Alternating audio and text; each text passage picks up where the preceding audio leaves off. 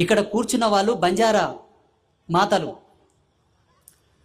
ప్రపంచవ్యాప్తంగా బంజారాలు ఎక్కడున్నా కూడా గర్వంగా గుండె మీద చేసుకొని చెప్పొచ్చు. ఎందుకో తెలుసా? వాళ్ళు రాజపూతుల వంశం వాళ్ళది. ఒకప్పుడు ఈ భూమండలాన్ని పరిపాలించారు వాళ్ళు. వాళ్ళకు మంచితనం అనేది అలంకారం, మోసం చేయడం రాదు. మంచితనము చేత ముష్కరులు వచ్చి వాళ్ళ రాజ్యాలను ఆక్రమించి రాజ్యాల నుంచి బహిష్కరించడం వలన కొండలనక, గుట్టలనక, ఎండనక, వాననక, రాయనక, రప్పనక కన్న కష్టాలు పడి ఈ దేశానికి అసలైన వారసులు వాళ్ళే. విదేశీయులతోటి పోరాటం చేసినటువంటి రాజపూతులు వాళ్ళు. అటువంటి వాళ్ళని ఇప్పుడు ఏమంటారు? ఎస్టీలు అంటే, లంబాడులు అంటే నీచంగా చూస్తారు. చరిత్ర తెలిసిన వాడు ఎవడన్నా వచ్చి మాట్లాడండి చూస్తా. నేను మాట్లాడతా. ఏ పురాణం నుంచి మాట్లాడమంటావు? ఏ చరిత్ర తీసి మాట్లాడమంటావు? ఏ గ్రంథం తీసి మాట్లాడమంటావు? నేను మాట్లాడతా.